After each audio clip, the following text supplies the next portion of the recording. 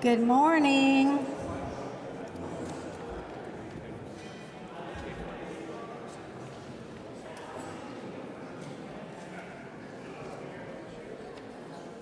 Good morning and welcome to the Safe Streets Coalition. I know we do have some visitors here today, so if you have not attended the coalition meeting before, would you raise your hand, please? Thank you. Thank you. And we do have a membership form in the center of your table if you would like to register and become a member. There is no cost, by the way. Would you take a minute and sign the yellow slip in the center of your table? This helps us to register you for the meeting today. And also you'll find a half sheet survey, so if you would fill this out before the end of the meeting and just leave it on the table, this helps us to improve our meetings.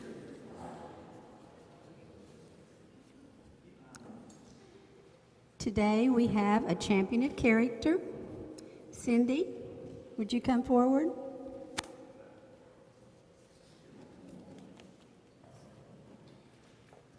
Okay, we're going to recognize Susan Ford today. Susan, would you come forward? And I think the DA. Yeah, Mike Kagi, come on up forward. And any other members of the Character Recognition Council, please come up. Go ahead, Mike. Thank you, Cindy. In May of 2017, we had a tragic incident here in Topeka. A young father lost his life. He was murdered. He was shot and killed in front of his 8-year-old son. It's a tragic story, and it's really heartbreaking. But I want to share something else. I want to share another part of that story, and that's why Susan is so important. Every time I see a tragedy, every time I see something like this happens, I also see somebody, sometimes a group of people, step up, rise up, and show compassion and courage and heart in each one of those situations. And that's absolutely what happened here. And it should be no surprise. Susan's up here, but she has her family with her, and two of her two sons are here, and they are Topeka Police Department officers. And it's not really a surprise to me once I heard that, once she told me that. It made sense for someone to be brave and selfless and think about others before themselves. And that's why I nominated Ms. Ford. So now I'm just going to read what I wrote before, which is much more coherent than what I'm saying now. On May 1st, 2017, shortly after 6 p.m., Susan Ford heard gunshots in her quiet neighborhood. She rushed outside and across the street towards the source of the sound, towards the gunfire. There she found an 8-year-old boy that she did not recognize. The boy was crying and asking for help for his father. Susan then realized the earlier gunshots were the sounds of the boy's father being murdered right in front of the boy, just a few yards away. Rather than run from the threat, from the danger, she calmly held the boy and she comforted him. She stayed with him until law enforcement arrived and secured the area. She was there for him when he needed a friend the most. She demonstrated tremendous courage and compassion in those crucial moments. Susan later testified in the trial of the murderer and helped ensure justice was done. She is a great example of what a neighbor can and should be in our community. Demonstrating compassion makes Susan Ford a champion of character.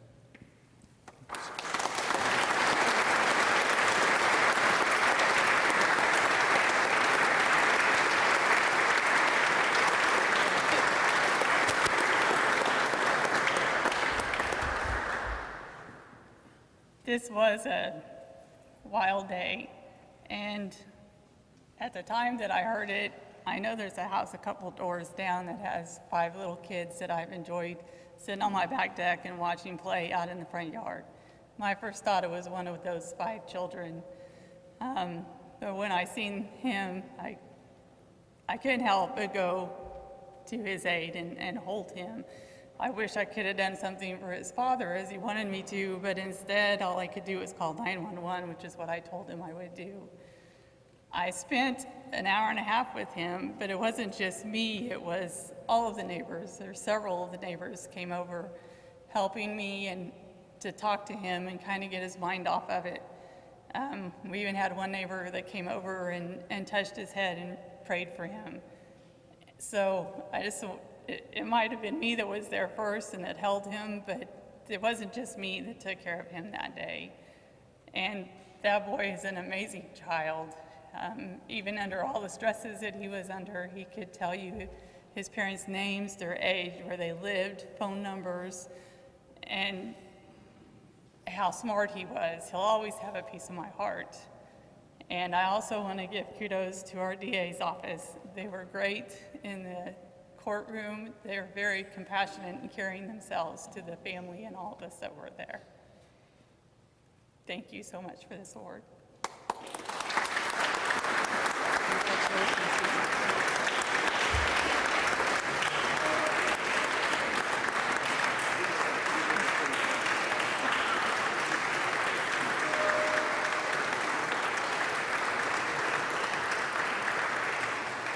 Thank you. That was a wonderful award. Thank you for that nomination, Mike. And we would love for any of you to make a nomination for somebody that you see in the community that should be recognized as a champion of character.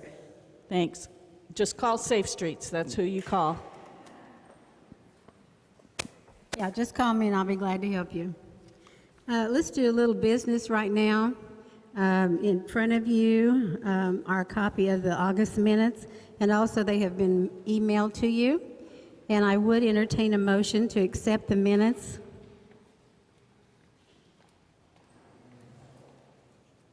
Motion, is there a second? Second. All in favor say aye. All opposed, no. The minutes have been approved. Let me update you a little bit on our staff for the month of August. We do have 2 upcoming meetings. We have the retailers and IFO meeting on September the 11th, and we have a substance abuse task force also on September the 11th. And if you would turn to the back side of your agenda, this will show you some of the things that Safe Streets does.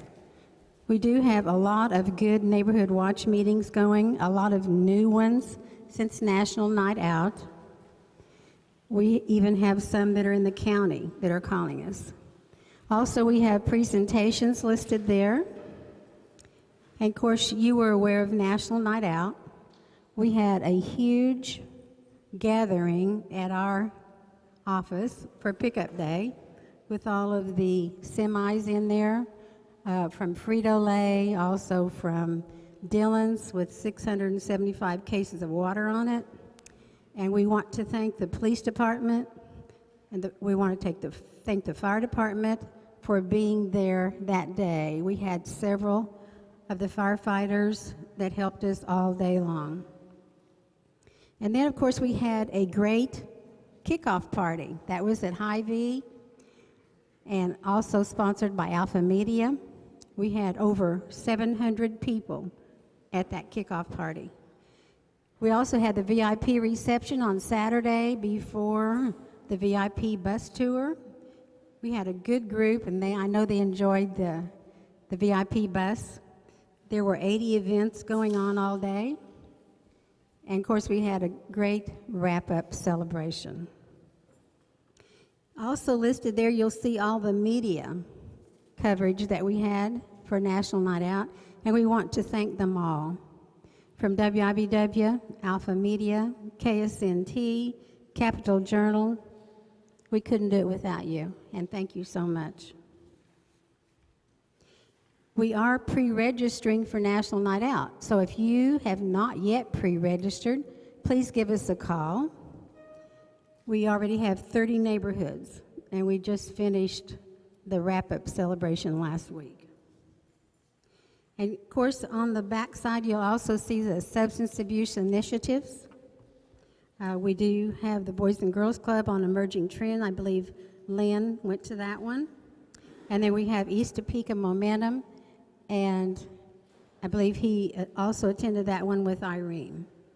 And then, of course, we have had an increase in our Facebook coverage, and really appreciate that as well. Is Michelle here? Michelle has an announcement for us.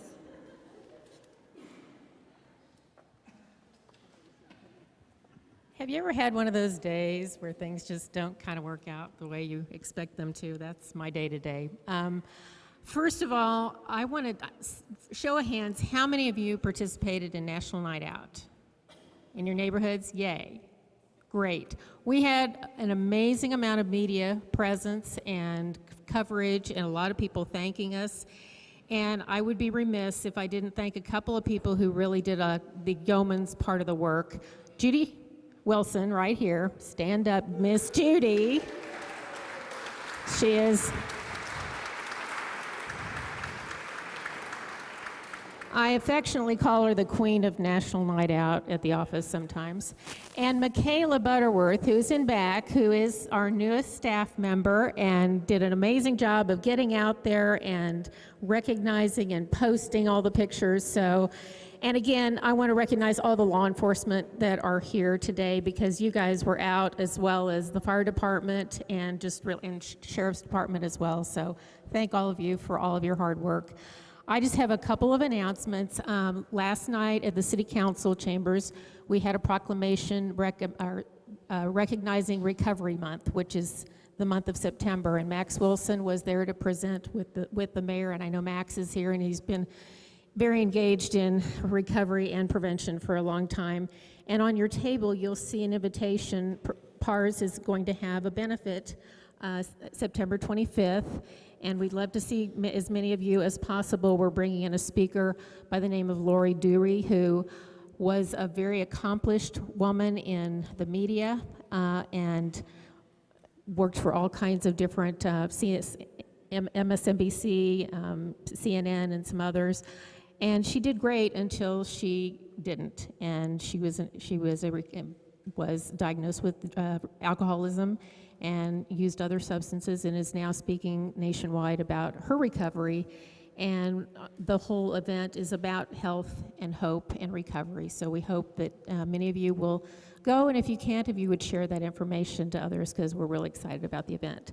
So with that, I also want to say we're excited to hear more about what's been happening with Freedom Now. This is a celebration day as much as anything. And so I'm going to give it away to our favorite Barry Feeker to talk about. Oh, I'm sorry. I'm a little slow. Crime stats. We have that to do. I thought you'd already done it. So I'm going to hand this off to Judy. Thanks. Sorry. I missed that. Sergeant Dan Wilson will present the crime stats for the police department. I was all excited I was getting skipped. The crime stats up here, we have our city violent crime. As you can see, there's a lot of blue again, which is numbers that are down. There's a couple that are up. Continue to be a good witness. Call us if you see something. If you see something, say something. With school back in, hopefully our kids are in school. If they're out and about and not where they're supposed to be, let us know so we can do some follow-up on that. The next slide is the property crime. Again, quite a few blue numbers there. As we get kind of transition into school time and closer to our holidays, just start thinking about stuff you can do to keep yourself from being a victim. You know, whether it's have, you know, mail, taking it inside to like the post office or the grocery store, or like packages, having them delivered to your business or somebody that you know's home, things like that. And continue to lock up your cars. Don't leave your guns in your car, all that good stuff. So keep up the good work. There's a lot of blue on that one. Our slides, we held 2, I think it was Cones with the Cops was the name of it, at 2 of the Dairy Queen locations here in town. We just had our second one at the 29th and Colorado location with a great turnout on both of those. We had the opportunity to work with a guy out of Alabama named Rodney who's going across the country. He was stopping in all 50 states and he was mowing. The idea was he was going to mow a yard in each state with law enforcement, and the people he was targeting was veterans, elderly, single parents. He chose the week when it rained, you know, quite a bit here. We ended up with a hay field over on, I think we were on Taylor, 400 block of Taylor, that we helped mow. So, and then once again, I know we already hit on it, but National Night Out, these people from Safe Streets do a great job with it. It's, you know, a great way for everybody to partner, the neighborhoods, law enforcement, Safe Streets, all the above. So keep up the good work. We also have an event on October 12th. What's the name of it with the donuts? Power Rings with Cops? I believe that's the name of it. September 12th. At Paradise Donuts over at 6th and Lane. It'll be advertised on our Facebook page, so if you're interested, come on out. That's all I got. Thanks, Ben.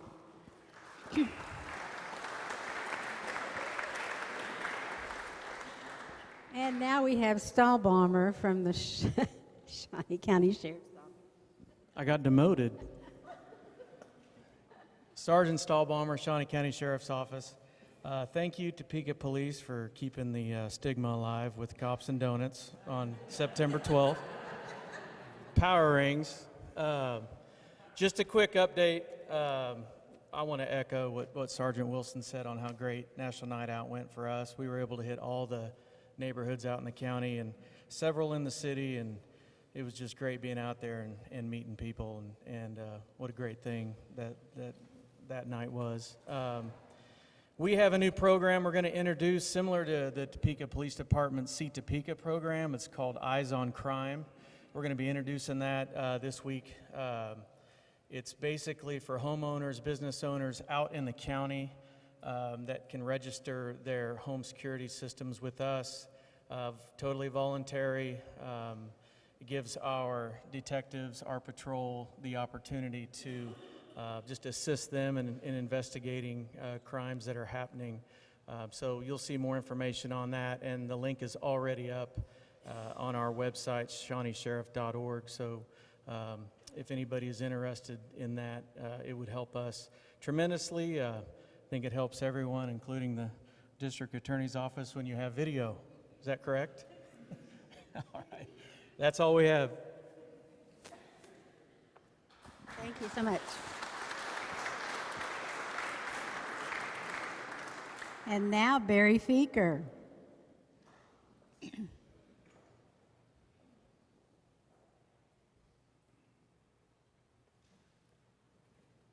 We didn't forget you. Thank you, Judy. Good afternoon. Thank you, everybody. Today is just another step in what we are calling the attempts to eradicate human trafficking in Topeka and Shawnee County. But it's a major step. We've called it a celebration. There's no balloons here, but there is some cupcakes and whatnot on your table there, so please participate in that. But it is really a milestone. And what I want to do really briefly today is recap a bit where we've been, in case you forgot. But it's been declaring war on human trafficking, and this basically started by the state of Kansas with both its legislative bodies declaring war on human trafficking on February 1st of 2018. That was a monumental day. I think not only for what we saw happen in the state of Kansas, but eventually what we will see happen in the nation someday as we continue to press forward. I want to thank all of our legislators who were a part of that day. Today we do have representatives from Governor Kelly's office here. We have Governor's Deputy Secretary Keys as well as Deputy Secretary Dodge, and also we have Representative Brenda Dietrich. If you would give them a round of applause for their efforts. Thank you. Governor Kelly, then Senator, was also one of those individuals that we visited with on this particular issue and has stayed engaged in her role as governor now. Taking it from what was noted that morning and that afternoon with both the House and the Senate is that now we need to take it to the next level. The next level is that next governing body to declare war on human trafficking. And that would occur then on April the 5th of 2018 when we both had city and county leaders come together in Topeka Shawnee County to say no to human trafficking in our community. What would follow after that is what we've been doing since then. Today we have City Council Member Mays here. I want to thank you for your participation in this. I think our City Manager Trout has just come in. He's right over here. And also, I forgot to mention, no, I didn't forget to mention him because he's on the city council level, our district attorney, Mike Kage. We're all part of that event that day, so please give them a round of applause as well.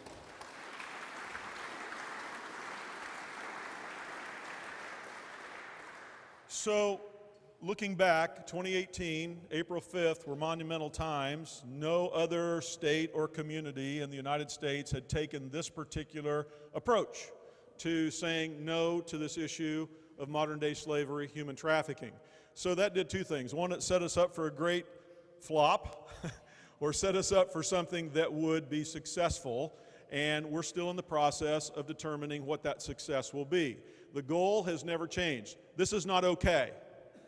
Having human trafficking in our community is not okay. Any way you stretch it, it's not okay.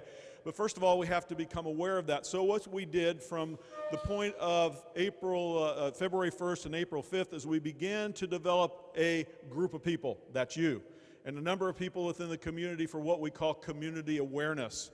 And so in the process of that, we finally arrived at ourselves to join forces with Safe Streets. And we want to say thank you to Michelle and Judy and the whole team here, Lynn and other names that have been a part of this, to open up their doors to us, the Great Overland Station, to help us to partner with an existing organization that already was here with our law enforcement, with our different interested folks on community safety. And so, again, want to say thank you to Safe Streets. We'll give them a hand as well, please.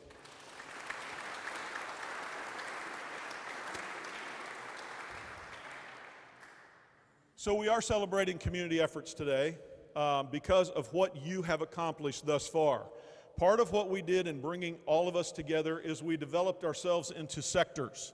As you well know, if you've been on one of the sectors, you probably can't read the list up there, but I'll just read you some of the sectors that we have, as well as the names of leadership in that. The law enforcement was headed by, or has been headed by, the director of the KBI, Kirk Thompson. Judicial, Mike Kage, our district attorney. Corrections, Brian Cole, the director of our Department of Corrections. Faith Community, Pastor T.D. Hicks. Neighborhoods, Trey George with Topeka Housing Authority. Social Services, Michelle McCormick with the YWCA.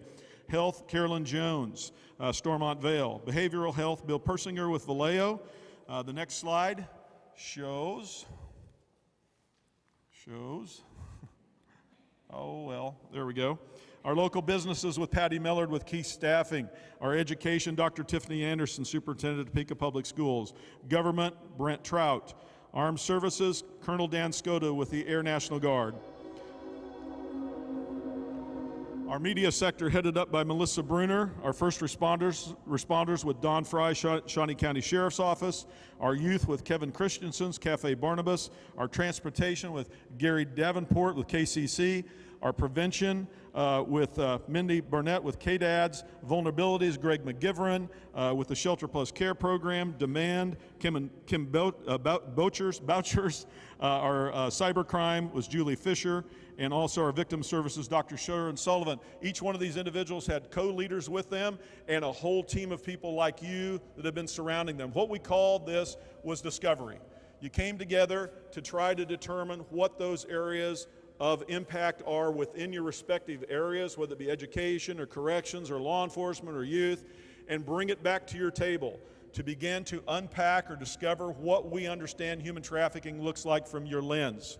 What we've been able to do in this last several months is we've been able to go from the awareness phase to the discovery phase to the action plan. Sarah Shipman's going to come up in a minute and talk about the action plan, but first of all, I wanted you to hear from 4 of our sector leaders who have been on the front lines of this to give you their perspective of what they have seen and what they have discovered and the impact it's had on them, as well as they believe the impact it's had on our community. First person is Carolyn Jones with Stormont Vale. She has led the health sector. Please welcome Carolyn as she comes forward. I'll just say about Carolyn,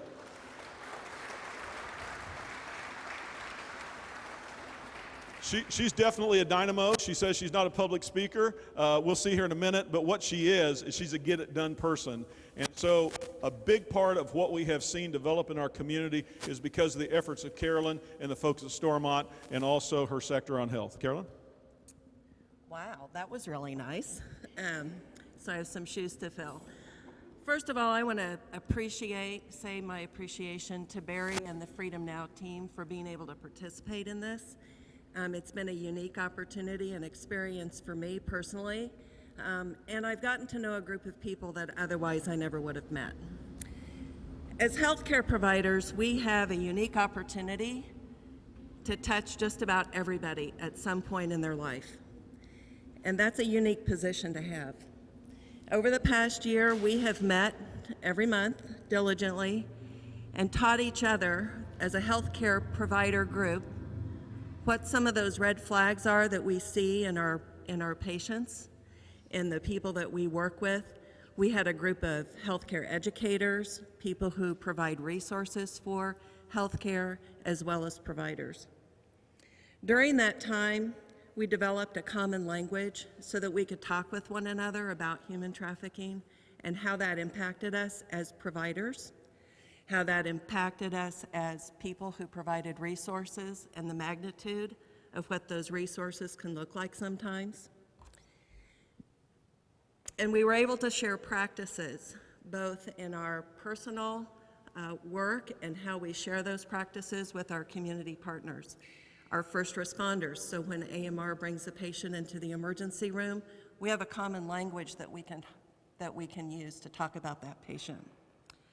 We identified several opportunities going forward that we need to focus on, and that is educating other healthcare providers on human trafficking, to include how to deliver trauma-informed care, because what we realized is how we communicate really matters.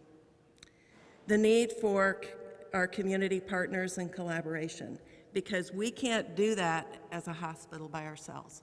We can't do that as Health Access by themselves, or Marion Dental, or an outpatient clinic. We have to do that as a community and through collaboration. We also identified the need to empower our patients to engage in their own health care and their own dignity, because many of these people that we work with have lost their dignity because they don't have any respect for themselves. And so how to engage them and show them the respect that they deserve as human beings is a very important part of this conversation. And last but not least is understanding our patients in the context of where they live and the complexities that they face every day and the challenges that they face in just surviving. And so as we move forward, we have to keep their dignity and understand who they are as people first and keep them engaged in that conversation. So thank you.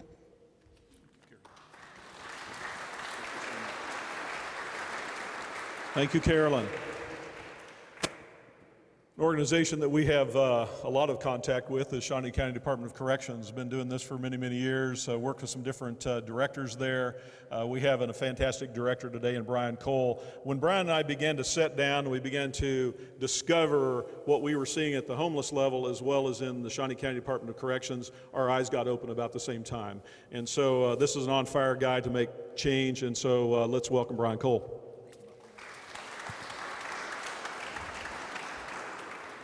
Well, thank you, Barry. And like Carolyn, I want to say thank you to Barry and Freedom Now for allowing us to be involved in this worthy project, and just an overwhelming project. For us at the jail and in corrections, this was an eye-opening experience for us, meaning we didn't realize how big this problem was and how big it was in our community.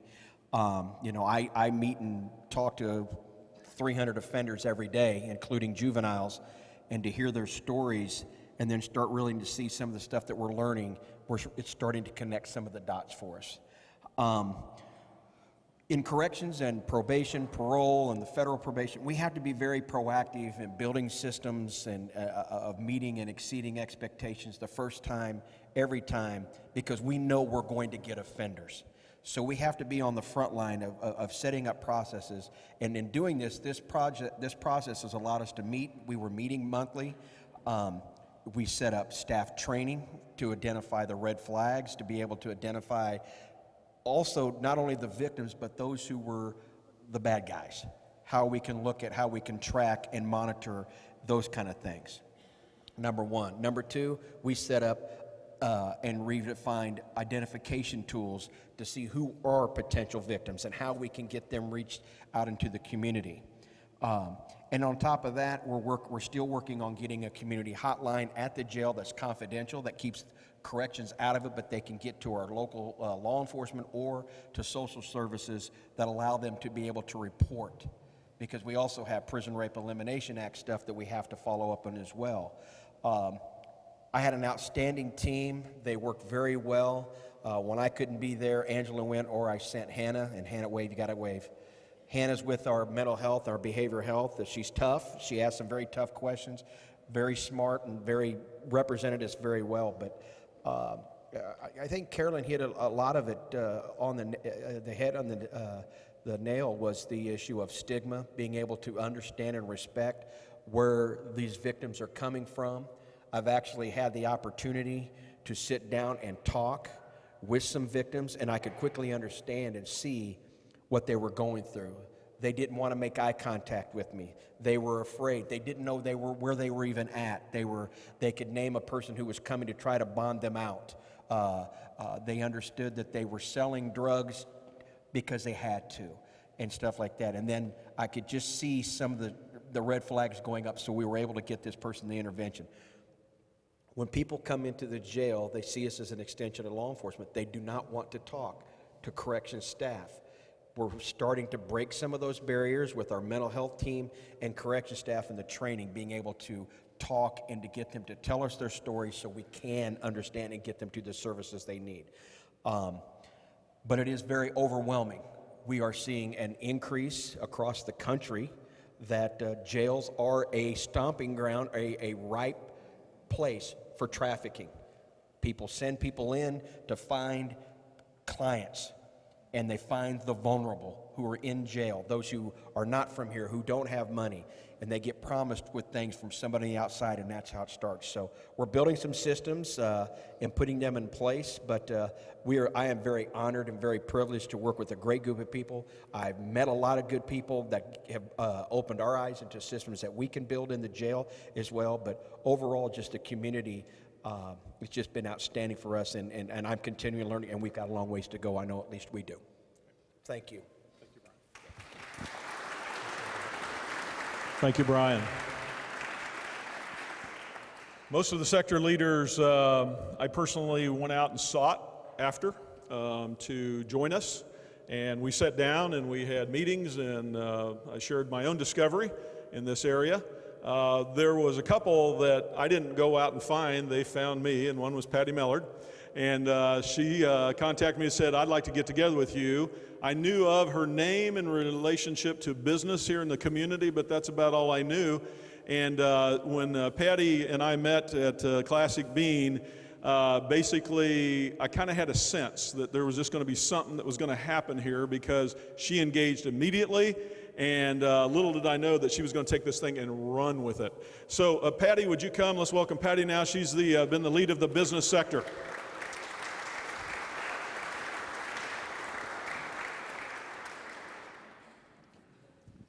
Well, Well, I think I really was getting together with him to ask him to speak at something, and it really turned out I got involved in something totally different. So I made some notes today so I don't go too long, because I can get very passionate about this, and I want to make sure I don't forget something that we did. So pardon me if I read some of this.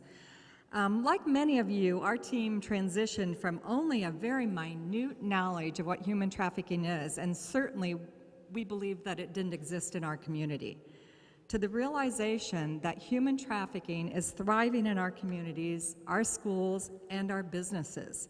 And the only way to stop it is to get involved and collaborate with other agencies, sectors of our community that are waging war on trafficking. So what did we learn?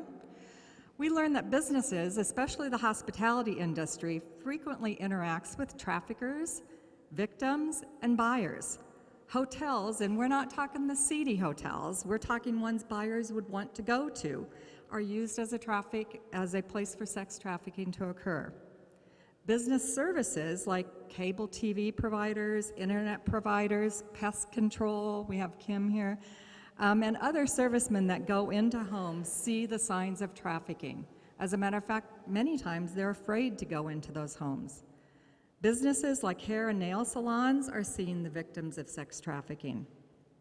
Banks and other financial institutions, many of them very unknowingly, aid traffickers when a caring male relative brings a young girl into the bank to open a bank account, get a credit card, and obtain a car loan.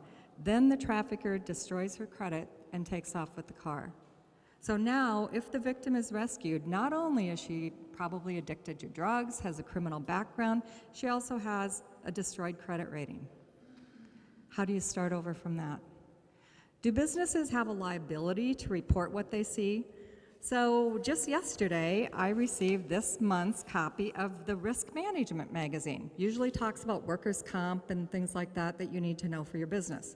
Well, the article this month was on human trafficking. And this magazine is saying to businesses, you have an obligation and a liability to report what you see. You need to educate your employees. We need to communicate that message to more businesses. So what did we accomplish during this last year?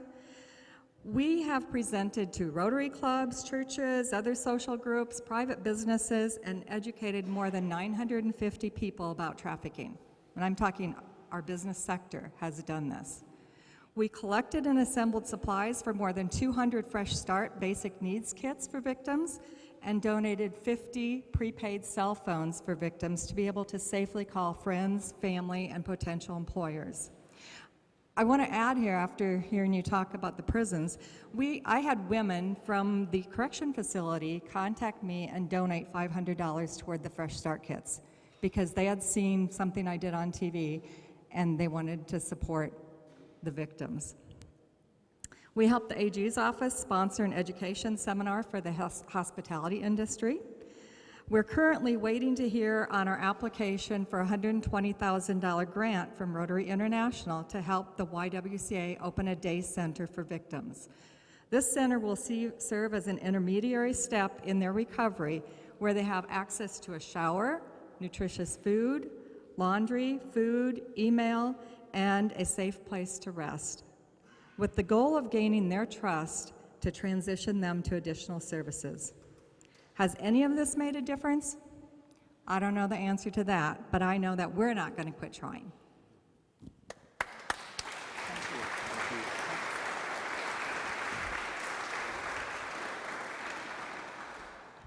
No, we're not done, for sure, but we're not going to quit. I wanted one other person to come and share here today amongst many that could share. We were kind of not having enough energy in this group, and things were getting kind of quiet and still, and so we decided to get somebody that was high on life and high on his God. And so Kevin Christensen is leading the youth sector. So just put seatbelts on. This guy's a little hyper, but anyway, he's a good brother of mine, and so Kevin has taken on this whole arena of youth, and he engages with some real challenged youth in our community who are very vulnerable. So Kevin, stand over here and share what you've learned. Excellent. Well, I would like to thank I'd like to thank Barry for something unique. So I first engaged with trafficking in persons back in college in Chicago.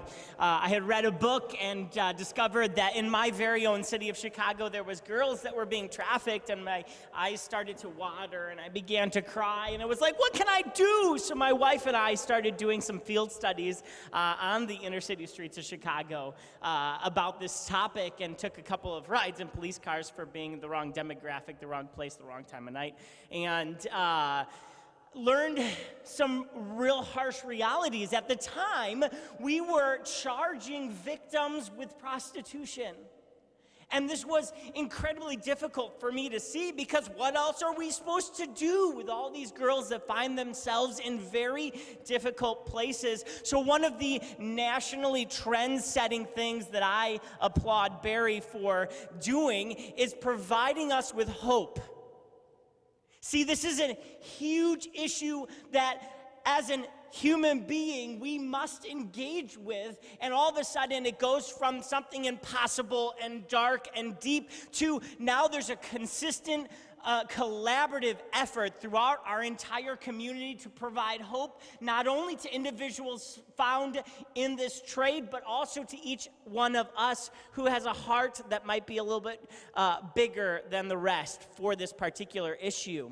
One of the people that, one of the connections that we've made through this is as a business owner, as a youth pastor, as a networker of youth workers in our community, we have had a number of our volunteers solicited for this trade.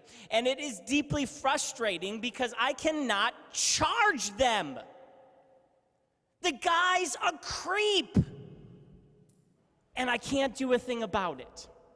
But in talking with the KBI director, he gave me a resource, a link where, you know what, we might not be able to charge a guy today, but we may be able to build a pattern of consistency against this individual. So I might not be able to press charges, but give it some time and we might. So I think that that is something that is a resource, is a tool that I can provide to youth workers here in the community that are every day seeing kids that potentially are struggling with this very issue. And it's something, it's a tangible step that these individuals can actually take. Another thing that I think that this initiative has done is transition in perspective. From especially working with youth pastors across our great city, the issue for a decade or so has been quite simply, wow, this is a really huge issue. We should talk about it and we can pray for it. And please let me take a real quick step here. Prayer is powerful. I believe that prayer is what brought us to this very point. I believe that prayer is the initial discovery phase, especially for somebody in my profession. But the thing with me is I'm an action type of guy. I like talking about stuff. But let's do something about it. Let's accomplish something. So one of the things that I'm very excited about this is back in 2000, when I started discovering this great issue, I realized I needed everyone's help. I needed the government, I needed law enforcement, I needed recovery services, I needed all these different things that just didn't exist. So as a youth pastor concerned about this issue, I said, I'm going to take a step back and I'm going to work on the consumer side.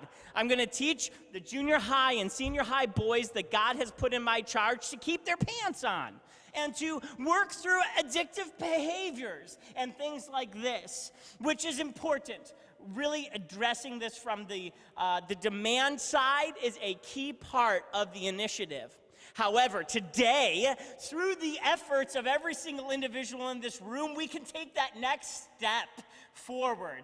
And that is where I am particularly excited about and frustrated about some of the discoveries that we made on the consumer side, or on the discovery side of things. As a youth group, as a youth worker community, as a youth pastor community, one of the things we talked about was developing best practices of accountability amongst ourselves.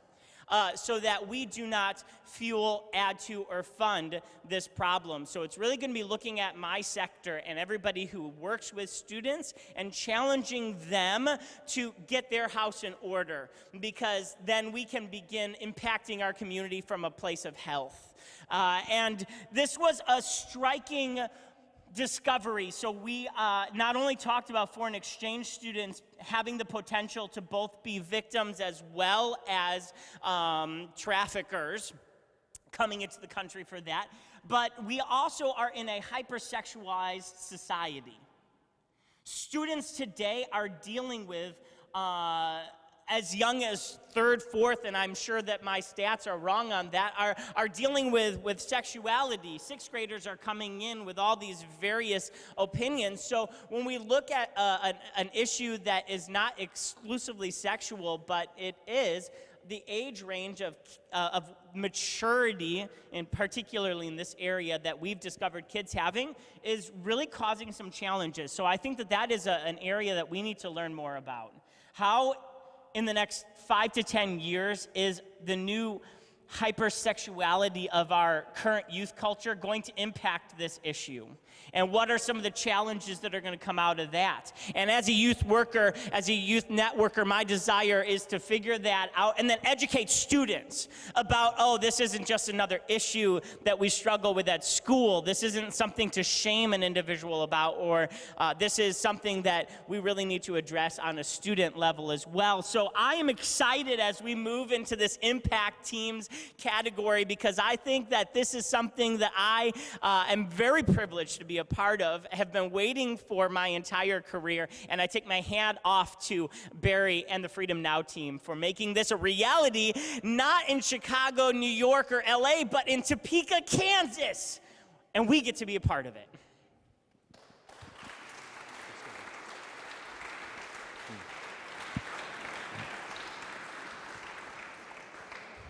Kevin, thanks for toning that down a little bit so we could handle it.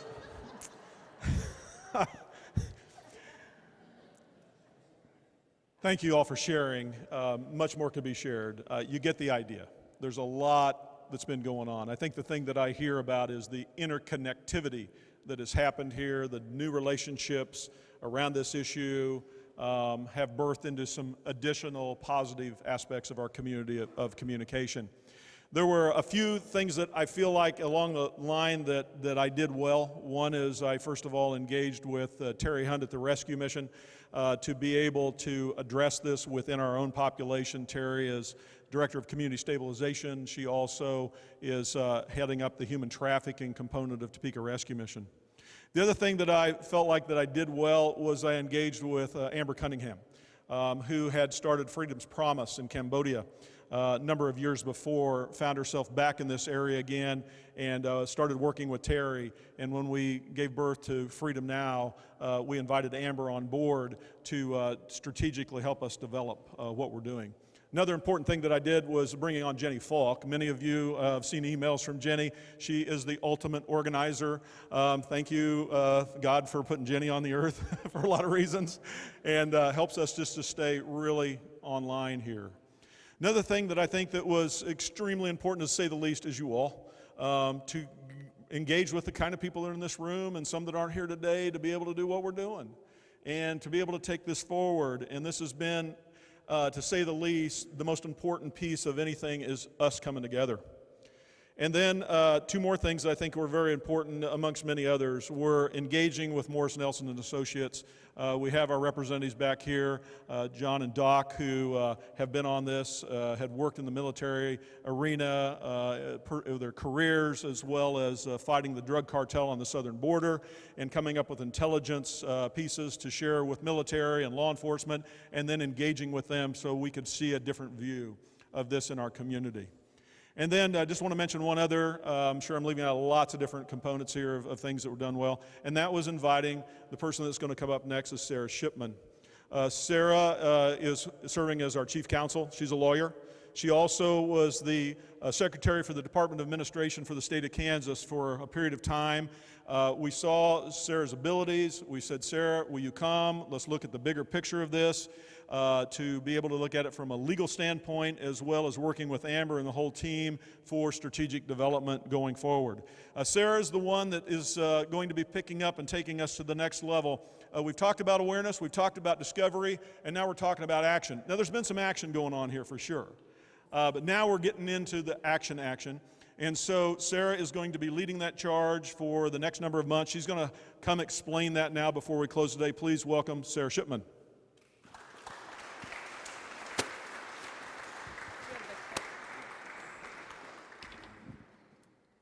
All right, well, thank you very much. As Barry said, we are moving from the action phase, or from the discovery phase of the initiative to eradicate human trafficking into the action phase. And for those of you who were here last time, we heard from MNA about some of the information they gathered from all of you and put together to compile what is the dark network of trafficking in our community. So they've taken a look at trafficking within our community. The other thing that they have done for us is teach us about trafficking generally speaking. And while you've heard a lot about the victims of trafficking and the tremendous efforts that we are doing to support our victims and try to assist victims and help them leave a life of trafficking, what we haven't talked about are the systems that are keeping trafficking in place.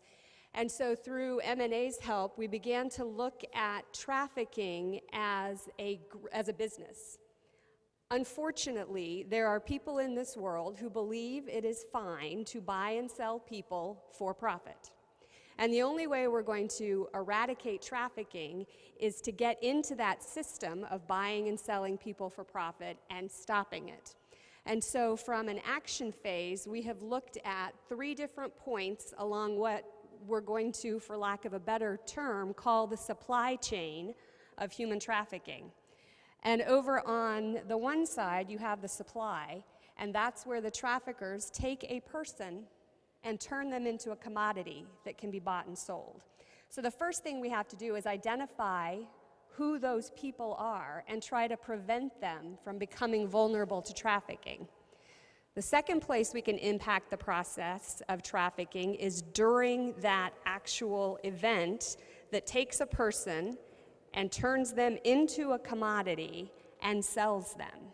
And if we can interrupt that process, we can again have a real impact on trafficking in our community. And the third place that we have a chance to have an impact is on the far right side, which is the demand. And those are the people who are willing to buy other people.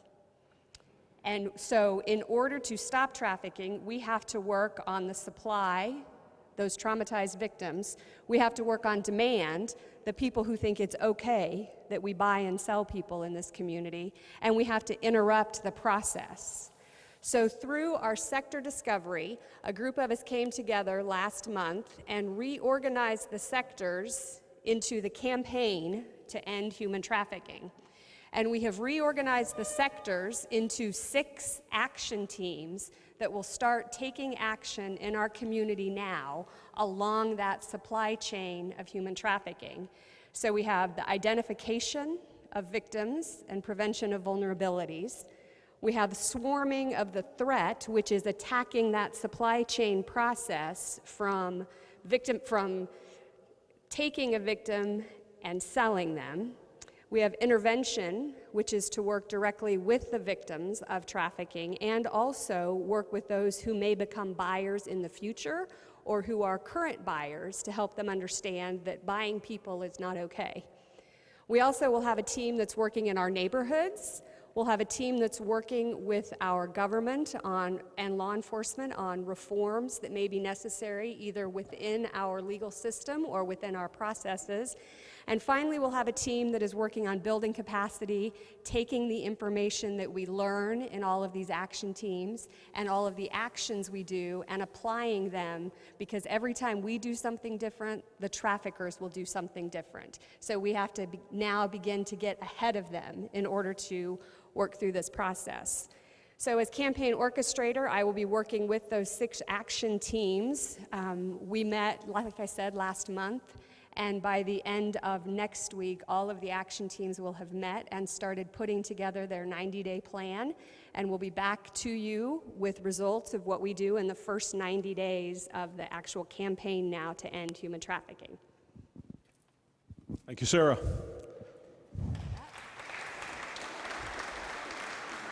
Okay.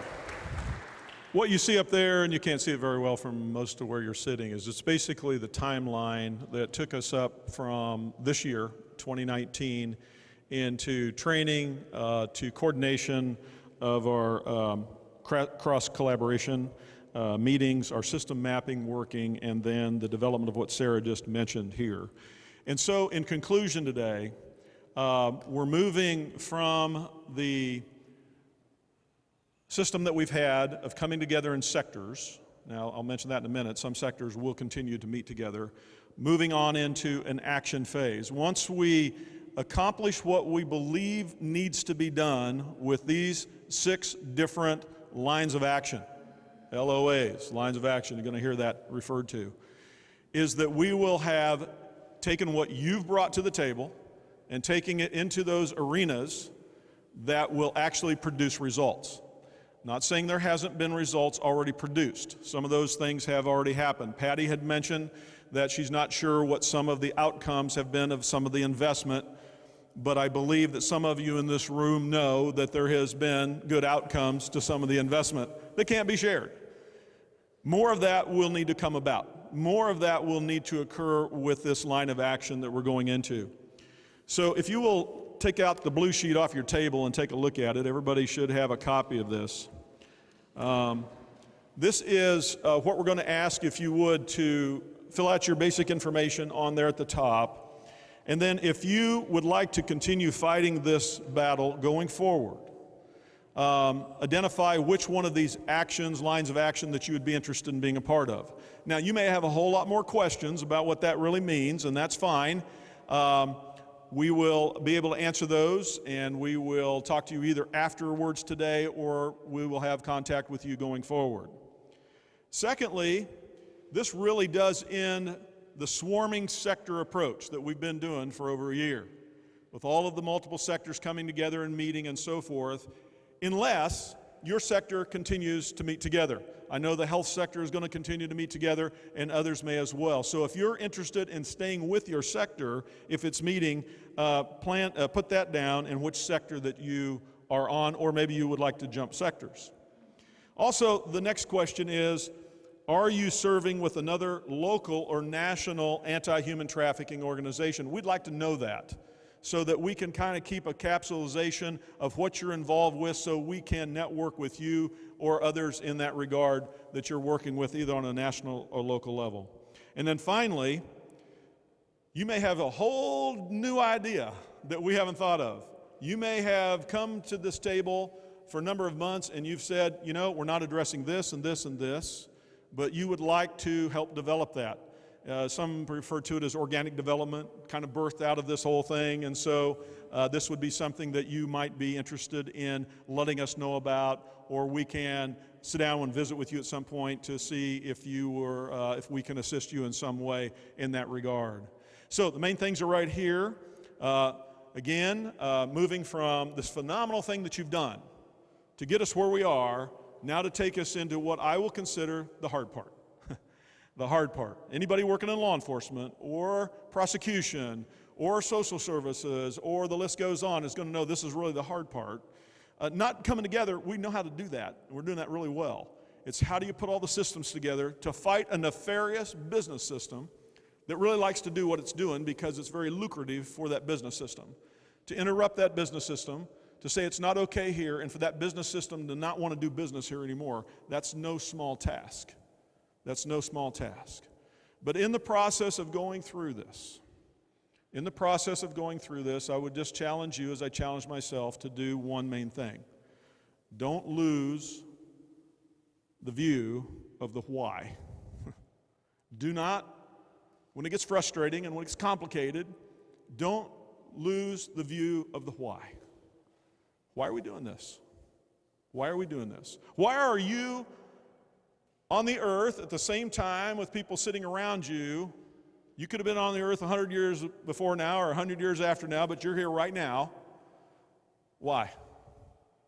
Obviously, you have engaged with this issue as amongst many other issues for a very, very important purpose that's not only important to this community and to the victims of human trafficking, but also to yourself personally. And so that's what we've had to do many times when things get a little confusing, they get a little messy, they get a little controversial, they get a little whatever. We have to say, pull back and say, okay, why? What is our true north here? And I would just encourage you to keep the view that there are people in our community, as well as this whole country and as well as this whole world, that are depending upon you. You. You're not insignificant in this. You are very significant in this. And as Kevin said, the front end of this, we believe, is in prayer. We're going to continue to do that. We're going to continue to look for that divine intervention. But as we've seen many times, without any question, the way that God deals with a lot of problems in this world is He uses you. He uses you. And so I'm encouraged to be a part of you. So we move now into the campaign to end human trafficking. That's what we're calling this now. It's not a coalition. It's not a networking of sectors. It's a campaign to end human trafficking, and we're going to press forward until it's done. Thank you for being here today. Celebrate with each other. God bless you. Michelle has something else. Just a quick note, about a year and a half ago, Barry came to our office to Safe Streets and PARS and said, told us about what was going on in this community with human trafficking, and asked if Safe Streets Coalition meetings would be a possible venue to have conversations about that. Well, we've had lots of conversations, and you've brought a lot of light to this issue in this community, and I would just like to say thank you to Barry and his staff for all of that, for one. And, well, yeah, please. And just to let you know that Safe Streets is still here. And one thing I really would ask of you is to fill out this form, because we've had different topics. This one in June, we talked about opioids. We want to know what are some other community issues that you're concerned about or want to learn more about. You've probably all heard that there's a joint drug task force with the different law enforcement agencies, and we know that substance abuse and some of the other upstream issues are a big part of human trafficking. So we're not done. We're done with a part of it, and Barry and I have talked about, at least on a quarterly basis, we're going to come back and we're going to talk about what's the progress. So this isn't an ending, it's just kind of a new beginning and a continuation. So I appreciate all of your continued effort, and you'll be getting emails for the next meeting in October. Thanks so much, and have a good day.